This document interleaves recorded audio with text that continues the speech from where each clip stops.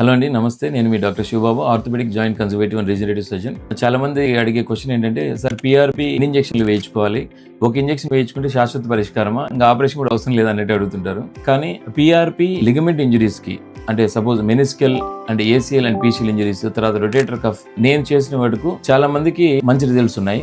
Even operation అవసరం లేకుండా కూడా సరిపోయింది. ఈవెన్ కీళ్ళ అరుగుదలకు వస్తే మటుకు స్టేజ్ 1 and 2 వాళ్ళకి వితౌట్ ఎనీ డిఫార్మిటీస్ ఎవరికైతే ఉంటాయో వాళ్ళకి చాలా బాగా పనిచేస్తుంది.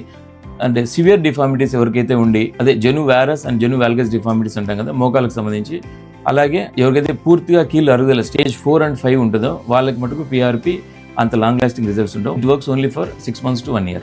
సో కొంతమంది మోకాలు నొప్పులకి మన దగ్గరికి వస్తుంటారండి. యంగ్ ఇండివిజువల్స్ అయి ఉంటారు. అట్ ది సేమ్ టైం చూస్తే వాళ్ళకి ఏజ్ 40 to 50 years మధ్యలోనే ఉండి పెయిన్స్ చెప్తుంటారు. సో వీళ్ళకి ఎక్స్రేలో మనకు అరుగుదల స్టేజ్ 2 and 3 మాత్రమే ఉండి, వెన్ కంపేర్ టు జాయింట్ అరుగుదల కంటే కూడా డిఫార్మిటీ ఎక్కువ ఉంటుంది. సో ఇట్లాంటి వాళ్ళకి first joint alignment is the main procedure.